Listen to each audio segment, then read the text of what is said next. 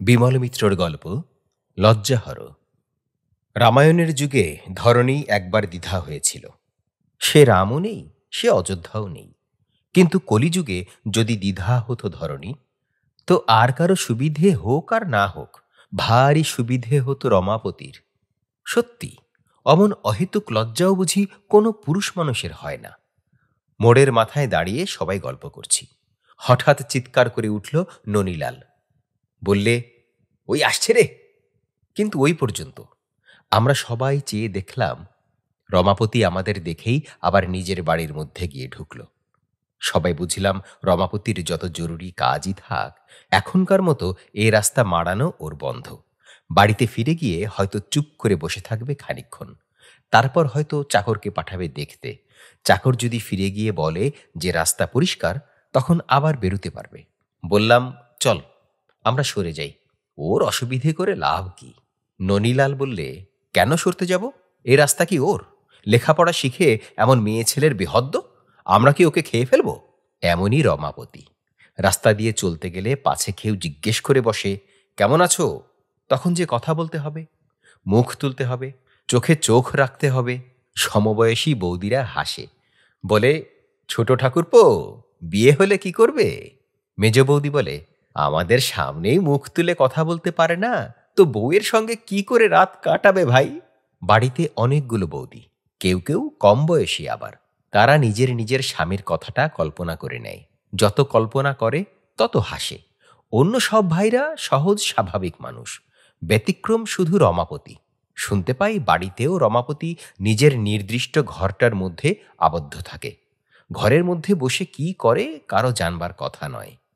খাবার ডাক পড়লে একবার খেয়ে আসে। তরকারিতে নুন না হলেও বলবে না মুখে। জলের গ্লাস দিতে ভুল হলেও চেয়ে নেবে না। পৃথিবীকে এড়িয়ে চলতে পারলেই যেন ভালো। একদিন হঠাৎ বাড়ি আসার পথে দূর থেকে দেখতে পাই, হয়তো রমাপতি হেঁটে আসছে। সোজা ট্রাম রাস্তার দিকেই আসছে। তারপর আমাকে দেখতে পেয়েই পাশের গলির ভেতর ঢুকে পড়ল। 5 মিনিটের রাস্তাটা ত্যাগ করে 15 মিনিটের গলিপথ দিয়েই উঠবে ট্রাম রাস্তায়। কিন্তু তবু অতর্কিতেও তো দেখা হওয়া সম্ভব।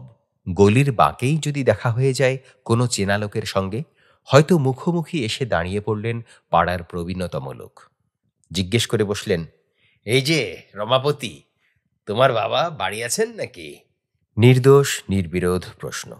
আততায়ী নয় যে ভয়ে আঁতকে উঠতে হবে, পাওনাদার নয় যে মিথ্যা বলার প্রয়োজন হবে। একটা হাঁ বা না, তাও বলতে রমাপতির মাথা নিচু হয়ে আসে, কান লাল হয়ে ওঠে, কপালে ঘাম ঝরে। সে এক মর্মান্তিক যন্ত্রণা যেন। তারপর সেখান থেকে এমনভাবে সরে পড়ে যেন মহা বিপদের হাত থেকে পরিত্রাণ পেয়ে গেছে। ছোটবেলায় রমাপতি একবার কেঁদে ফেলেছিল। তা ননীলালেরই দোষ সেটা। একা একা রমাপতি চলেছিল কালীঘাট স্টেশনের দিকে। ওদিকটা এমনিতেই নিরিবিলি, বিকেলবেলা ট্রেন থাকে না। চারিদিকে যত দূর চাও কেবল ধু ধু ফাঁকা। বড় প্রিয় স্থান ছিল ওটা রমাপতির। আমরা জানতাম না তা। দল বেঁধে আমরা ওদিকে গিয়েছি। ধূমপানের হাতে খড়ির পক্ষে জায়গাটা আদর্শ স্থানীয়। হঠাৎ নজরে পড়েছে সকলের আগে বিশ্বনাথের। বললে, আরে রমাপতি না?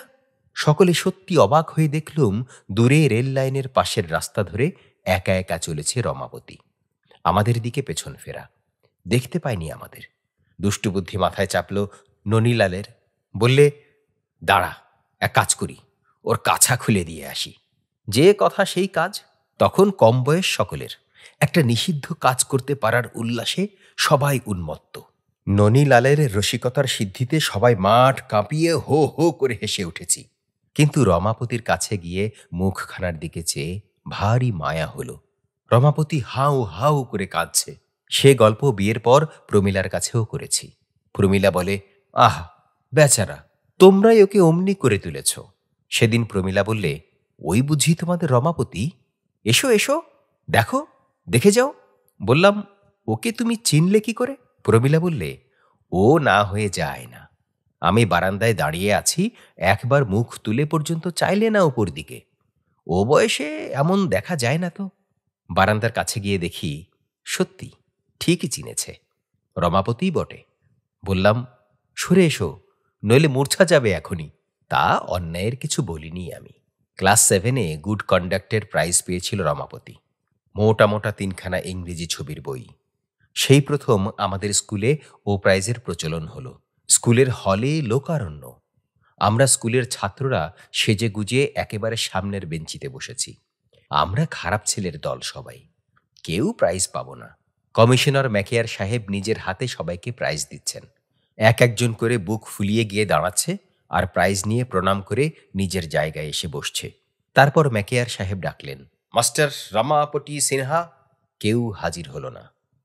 সাহেব আবার ডাকলেন, মাস্টার রমাপতি সিনহা। সেক্রেটারি পরিতোষবাবু এদিক ওদিক চাইতে লাগলেন। হেডমাস্টার কৈলাসবাবুও একবার চোখ বুলিয়ে নিলেন আমাদের দিকে, তারপর নিচু গলায় কি বললেন সাহেবকে গিয়ে। তারপর থেকে গুড কন্ডাক্টের প্রাইজটা বরাবর রমাপতি পেয়ে এসেছে, কিন্তু কোনো সভায় এসে উপস্থিত হয়নি। সে সময়টা কালীঘাট স্টেশনের নিরিবিলি রেল লাইনটার পাশের রাস্তা ধরে একা একা ঘুরে বেরিয়েছে সে। এরপর আমরা একে একে লেখাপড়া ছেড়ে দিয়ে কাজে ঢুকেছি। একা রমাপতি আইএ পাশ করেছে, বিএ পাশ করেছে। আমাদের সঙ্গে কচিত কদাচিৎ দেখা হয়। দেখা যদিও বা হয় তো সে একতরফা। দেখা না হলেও কিন্তু রমাপতির খবর নানা সূত্রে পেয়ে থাকি। চুল ছাঁটতে ছাঁটতে কানাই নাপিত বলছিল, ছোটবাবু, দাড়িটা এবার কামাতে শুরু করুন, আর ভালো দেখায় না। আমরা তখন সবাই খুর ধরেছি, কিন্তু রমাপতি তখনও এক মুখ দাড়ি গোঁফ নিয়ে দিব্যি মুখ ঢেকে বেড়ায়। কানাই এ বাড়ির পুরনো নাপিত, পৈতৃক নাপিত বলা যায়। রমাপতিকে জন্মাতে দেখেছে। বললে, নতুন খুরটা আপনাকে দিয়েই বউনি করি আজ। কি বলেন ছোটবাবু? রমাপতি মুখ নিচু করে খানিকক্ষণ ভেবে বলেছিল, না না, ছি, লোকে কি বলবে। কানাই নাপিত বলেছিল, লোকের আর খেয়ে দিয়ে কাজ নেই তো, আপনার দাড়ি নিয়ে যেন মাথা ঘামাচ্ছে সব। না, থাক রে, সামনে গরমের ছুটি আসছে, সেই সময় কলেজ বন্ধ থাকবে, তখন দিস বরং কামিয়ে। হঠাৎ যেদিন প্রথম দাড়ি গোঁফ কামানো চেহারা দেখলাম, সেদিন ঠিক চিনতে পারিনি। ছাতার আড়ালে মুখ ঢেকে চলেছে রমাপতি। আমাকে দেখে হঠাৎ গতিবেগ বাড়িয়ে দিলে। নতুন জুতো পরতে লজ্জা, নতুন জামা পরতে লজ্জা। ওর মনে হয় সবাই ওকে দেখছে যেন। উমাপতিদার বিয়েতে বউ ভাতের নিমন্ত্রণে গিয়ে জিজ্ঞেস করলাম, সেজদা, রমাপতিকে দেখছি না যে, সে কোথায়? সেজদা বললে, সে তো সকালবেলা খেয়ে দিয়ে বেরিয়েছে বাড়ি থেকে। সব লোকজন বিদেয় হলে রাত্রিরের দিকে বাড়ি ঢুকবে। এ পাড়ায় মেয়েরা পরস্পরের বাড়ি বেড়াতে যাওয়ার অভ্যাসটা রেখেছে। যেদিন দুপুরবেলা কেউ এলো বাড়িতে, রমাপতি বাইরের সিঁড়ি দিয়ে টিপি টিপি পায়ে বেরিয়ে পড়ল রাস্তায়। রাস্তায় বেরিয়ে কোনো রকমে ট্রামে বাসে উঠে পড়তে পারলেই আর ভয় নেই। সব অচেনা লোক। অচেনা লোকের কাছে বিশেষ লজ্জা নেই তার। বড় যদুপতির শ্বশুর এ বাড়িতে কাজে করবে ছাড়া বড় একটা আসেন না। মেজ উষাপতির শ্বশুর মশাই মারা গেছেন বিয়ের আগে। সেজ ভাই উমাপতির শ্বশুর নতুন। মেয়ে এখানে এসে থাকলে রবিবার রবিবার দেখতে আসেন। তিনি আবার একটু কথা বলেন বেশি। বাড়ির সকলকে ডাকা চাই, সকলের সঙ্গে কথা কওয়া চাই, সকলের খোঁজ খবর নেওয়া চাই। মেয়েকে বললেন, হ্যাঁ রে, তোর ছোট দেওরকে কখনো দেখতে পাই না, এতদিন ধরে আসছি। মেয়ে বলে, ছোট ঠাকুরপোর কথা বলো না বাবা, তুমি রবিবারে আসবে শুনে সকালবেলাই সেই যে বেরিয়ে গেছে বাইরে, আর আসবে সেই দুপুরবেলা 12টার সময়। তাও বাড়ির বাইরে থেকে যদি বুঝতে পারে তুমি চলে গেছো, তবে ঢুকবে, নইলে 1 ঘন্টা পর আবার আসবে। উমাপতি দাদার শ্বশুর হাসেন, বলেন, কেন রে, আমি কি করলাম তার? মেয়ে বলে, তুমি তো তুমি, বাড়ির লোকের সঙ্গেই কখনো কথা বলতে শুনিনি। ছোট ঠাকুরপো বাড়িতে থাকলেই টের পাওয়া যায় না ঘরে আছে কি নেই। উমাপতির শ্বশুর কি ভাবেন কে জানে, কিন্তু এ বাড়ির লোকের কাছে এ ব্যাপার গাস হওয়া। মা বলেন, তোমরা কিছু ভেবো না বৌমা, রমা আমার ওই রকম, আমার সঙ্গেই লজ্জায় কথা বলে না। কথাটা অবিশ্বাস্য হলেও একেবারে মিথ্যে নয়। স্বর্ণময়ীর সেবার ভীষণ অসুখ হয়েছিল। ছেলেরা রাতের পর রাত জেগে মায়ের সেবা করতে লাগলো। বৌদেরও বিশ্রাম নেই। ডাক্তারের পর ডাক্তার আসে, ইঞ্জেকশন, ওষুধ, বরফ, অনেক কিছু। একটু সেরে উঠে স্বর্ণময়ী চারিদিকে চেয়ে দেখলেন। বললেন, রমা কোথায়? রমাপতি তখন ঘরে বসে বই পড়ছিল দরজা ভেজিয়ে দিয়ে। বরদা একেবারে ঘরে ঢুকে বললেন, মার এত বড় একটা অসুখ গেল, আর তুমি একবার দেখতেও গেলে না। দাদার কথায় রমাপতি অবশ্য দেখতে গেল মাকে। রোগীর ঘরে তখন বাড়ির লোক, আত্মীয় স্বজনে পরিপূর্ণ। রমাপতি কিন্তু কিছুই করল না, কিছু কথাও বেরুল না তার মুখ দিয়ে। চুপচাপ গিয়ে খানিকক্ষণ সকলের পেছনে দাঁড়ালো সসংকোচে। তারপর কেউ দেখে ফেলার আগেই পালিয়ে এসেছে আবার নিজের ঘরে। স্বর্ণময়ীর সে কথা এখনো মনে আছে। বলেন, তোমরা ভাবো ওর বুঝি মায়া কিছু নেই? আছে বৌমা। সেদিন নিজের চোখে দেখলাম যে দোতলার বারান্দায় মেজ বৌমার ছেলে ঘুমোচ্ছিল, কেউ কোথাও নেই। রমু আমার দেখি ছেলের গাল টিপে দিচ্ছে, মুখময় চুমু খাচ্ছে। সে যে কি আদর, কি বলবো তোমাদের। রমু যে আমার ছেলেপিলেদের অমন আদর করতে পারে, আমি তো দেখে অবাক। তারপর হঠাৎ আমায় দেখে ফেলতেই আস্তে আস্তে নিজের ঘরে চলে গেল। প্রতিবেশীরা বেড়াতে এসে বলে, তোমার ছোট ছেলের বিয়ে দেবে না দিদি? স্বর্ণময়ী বলেন, রমুর বিয়ের কথা ভাবলেই হাসি পায় মা। ও আবার সংসার করবে, ছেলে পিলে হবে। যার কাছা খুলে যায় দিনে 10 বার। তরকারিতে নুন না হলে বলবে না মুখ ফুটে, এক গ্লাস জল পর্যন্ত চেয়ে খাবে না, একবারের বদলে 2 বার ভাত চেয়ে নেবে না। তা এই হলো রমাপতি, রমাপতি সিংহ। একে নিয়েই আমাদের গল্প। আমার এক আত্মীয় একদিন টেলিফোনে ডেকে পাঠালেন বাড়িতে। বললেন, তোমাদের পাড়ায় রমাপতি সিংহ বলে কোনো ছেলেকে চেনো? বললাম, চিনি, কিন্তু কেন? তিনি বললেন, ছেলেটি কেমন? আমার রেবার সঙ্গে মানাবে? রেবাকে চিনতাম। আইএতে 10 টাকার স্কলারশিপ পেয়েছিল। 3rd ইয়ারে পড়ছে, বেশ স্মার্ট মেয়ে। বাবার কাছে মোটর চালানো শিখে নিয়েছে। অটোগ্রাফের খাতায় জওহরলাল নেহেরু থেকে শুরু করে কোনো লোকের সই আর বাদ নেই। নিজে ক্যামেরায় ছবি তোলে। ভায়োলিন বাজিয়ে মেডেল পেয়েছে কলেজের মিউজিক কম্পিটিশনে। মোট কথা যাকে বলে কালচার্ড। আমি সেদিন সম্মতি দিলে বোধহয় বিয়েটা হয়েই যেত। পাত্র হিসেবে রমাপতি খারাপই বা কি? নিজে শিক্ষিত, কলকাতায় নিজেদের 3খানা বাড়ি, সংসারে ঝামেলা কিছু নেই, বোনদেরও সকলের বিয়ে হয়ে গেছে। 4 ভাই বেশ উপার্জনক্ষম, ভাইদের মধ্যে মিলও খুব। রেবার মা বলেছিলেন, কিন্তু কেন যে তুমি আপত্তি করছো বাবা, বুঝতে পারছি না। আমি বলেছিলাম, রেবাকেই জিজ্ঞেস করে দেখুন মাসিমা, ও সব শুনেও যদি মত দেয় তো। কিন্তু রেবাই নাকি শেষ পর্যন্ত মত দেয়নি। আজ ভাবছি সেদিন সম্মতি দিলেই হয়তো ভালো করতাম। শেষ পর্যন্ত রেবার বিয়ে হয়েছিল এক বিলেত ফেরত অফিসারের সঙ্গে। তারপর সে ভদ্রলোক শেষকালে, কিন্তু এ কথা এ গল্পে অবান্তর। এরপর ননীলাল এসে খবর দিয়েছিল, ওরে, রমাপতির বিয়ে হচ্ছে যে। আমরা সবাই অবাক হয়ে প্রশ্ন করেছিলাম, সে কি, কোথায়? ননীলাল বললে, খবর পেলাম এবার আর কলকাতার সম্বন্ধ নয়, জব্বলপুরে। জব্বলপুরে কার মেয়ে? মেয়ে কি করে? সব খবর ননীলালই বার করলে।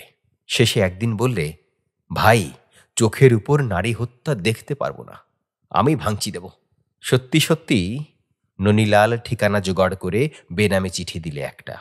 আপনারা যাকে পছন্দ করেছেন তার সম্বন্ধে কলকাতায় এসে পাড়ার লোকের কাছে ভালো করে সংবাদ নেবেন।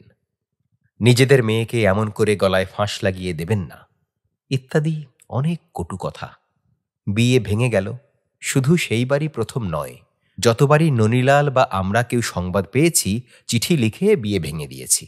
আমাদের সত্যিই মনে হয়েছে রমাপতির সঙ্গে বিয়ে হলে সে মেয়ের জীবনে বিড়ম্বনার আর অবধি থাকবে না।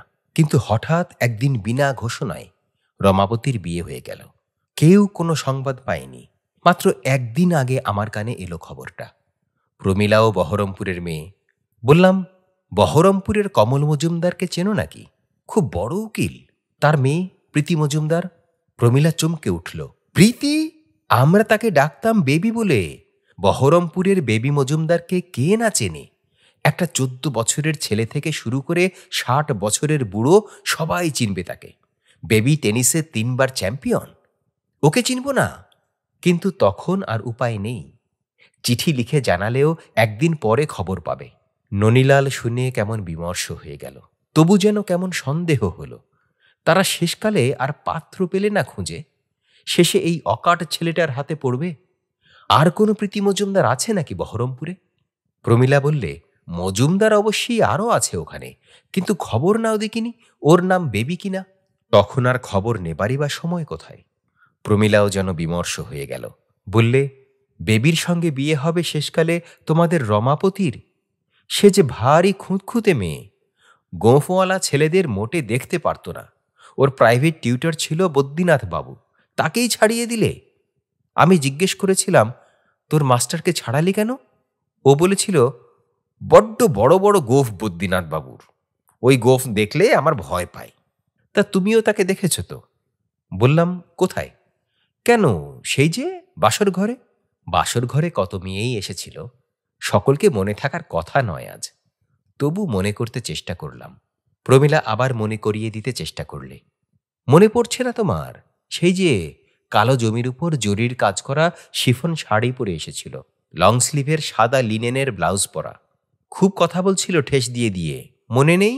তবুও মনে পড়ল না। প্রমীলা আবার বলতে লাগল, বিয়ের পরদিন মা জিজ্ঞেস করেছিল, কেমন জামাই দেখলে বেবি? বেবি বলেছিল, ভালো, কিন্তু আমাকে বলেছিল, তোর বর ভালোই হয়েছে মিলি, কিন্তু আর একটু লম্বা হলে ভালো হতো। যে মেয়ে এত খুঁতখুঁতে, তার সঙ্গে রমাপতির কিছুতেই বিয়ে হতে পারে না। প্রমীলাও সন্দেহ প্রকাশ করল, না না, সে মেয়ে হতেই পারে না, অন্য কোনো প্রীতি মজুমদার হবে দেখো। কখন বিয়ে করতে গেল রমাপতি কেউ জানতে পারল না। ভোরের ট্রেন, রাত থাকতে থাকতে উঠে একজন পুরুত আর দু চারজন আত্মীয় স্বজনকে নিয়ে দলবল বেরিয়ে গেছে। বউ যখন এলো তখনও বেশ রাত হয়েছে, অনেকেই তখন খেয়ে দিয়ে শুয়ে পড়বার ব্যবস্থা করছে। শাঁখের আওয়াজ পেয়ে প্রমীলা উঠে বারান্দায় গিয়ে দাঁড়ালো একবার। আমিও উঠে গেলাম। বাড়ির লোকজনের ভিড়ের ভেতর ঘোমটা টানা বউটিকে দেখতে পেলাম না ভালো করে। আর রমাপতিও যেন টোপরের আড়ালে নিজেকে গোপন করে ফেলতে চেষ্টা করছে। মনে হলো লজ্জায় চোখ দুটো সে বুজিয়ে ফেলেছে। কোনো রকমই এতদূর এসেছে সে বরবেশে, কিন্তু পাড়ার চেনা লোকের ভিড়ের মধ্যে সে যেন মর্মান্তিক যন্ত্রণা অনুভব করছে। আমাদের বাড়ি থেকে একা আমারই নিমন্ত্রণ ছিল। অনেক রাত্রে খাওয়া দাওয়ার পর বাড়ি ফিরতেই প্রমীলা ধরলে, কেমন বউ দেখলে? আমাদের বেবি নাকি? বললাম, কি জানি, চিনতে পারলাম না, কিন্তু যার বিয়ে তারই দেখা পেলাম না। সে কি? সে যে কোথায় লুকিয়ে লুকিয়ে বেড়াচ্ছে, অনেক চেষ্টা করলাম দেখতে, কিছুতেই দেখা পেলাম না। পরদিন সেই কথাই আলোচনা হলো। ননীলালকে জিজ্ঞেস করলাম, বউ দেখলি রমাপতির? ননীলাল যেন কেমন গম্ভীর গম্ভীর বললে, বউটার কপালে দুঃখ আছে ভাই, বেচারি ওর হাতে পড়ে মারা যাবে দেখিস। জিজ্ঞেস করলাম, রমাপতিকে দেখলি কাল? কেউ দেখতে পায়নি। সমস্ত লোকজন আত্মীয় স্বজনের দৃষ্টি থেকে সরে গিয়ে কোথায় যে লুকিয়ে রইল রমাপতি, সেই এক সমস্যা। বিশ্বনাথ বললে সেও দেখেনি, কিন্তু কনক বললে, আমি দেখেছি। কোথায়? দেখলাম মিষ্টির ভাঁড়ারে গেঞ্জি গায়ে ওর পিসির কাছে তক্তপোষের উপরে বসে রয়েছে। জানালার ফাঁক দিয়ে দেখতে পেলাম। আমাকে দেখেই মুখ ফিরিয়ে নিলে। কানাই নাপিতকে চেপে ধরলাম, সে বরের সঙ্গে গিয়েছিল। সে তো হেসে বাঁচে না, বলে, ছোটবাবুর কাণ্ড দেখে সবাই অবাক সেখানে। সে কি রে? আগে সবাই বলে বর বোবা নাকি। কোনে বাড়ির মেয়ে ছেলেরা খুব নাকাল করেছে ছোটবাবুকে সারা রাত। মাঝরাতে বাসর ঘর থেকে বেরিয়ে এসে ছোটবাবু আমার কাছে হাজির। আমি ছাতের এক কোণে ঘুমোচ্ছিলাম। ছোটবাবু চৌপর রাত সেই ছাতে বসে কাটাবে আমার কাছে, কিন্তু মেয়ে ছেলেরা শুনবে কেন? তারা আমোদ আহ্লাদ করতে এসেছেন। কিন্তু পরদিন প্রমীলার কাছে যা শুনলাম তাতে আমার বাক রোধ হয়ে এলো। প্রমীলা ভোরবেলা উঠেই ওদের বাড়ি গিয়েছিল, আর ফিরে এলো বেলা 10টার সময়।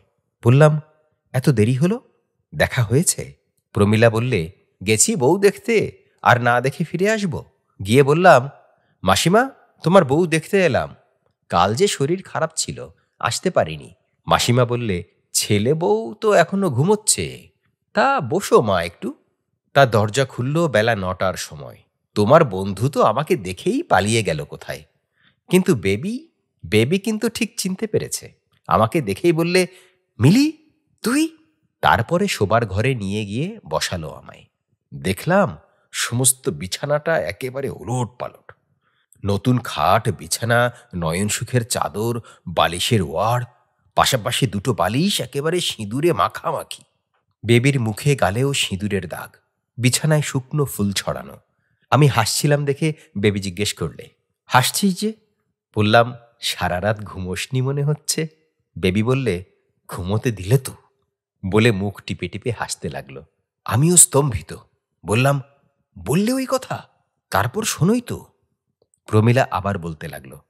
তারপর আমি জিজ্ঞেস করলাম, তোর বর কেমন হলো? তা শুনে কি উত্তর দিল জানো? বললাম, কি? প্রমীলা বললে, প্রথমে বেবি কিছু বললে না, মুখ টিপে টিপে হাসতে লাগলো। তারপর আমার কানের কাছে মুখ এনে হাসতে হাসতে বলল, বড় নির্লজ্জ ভাই।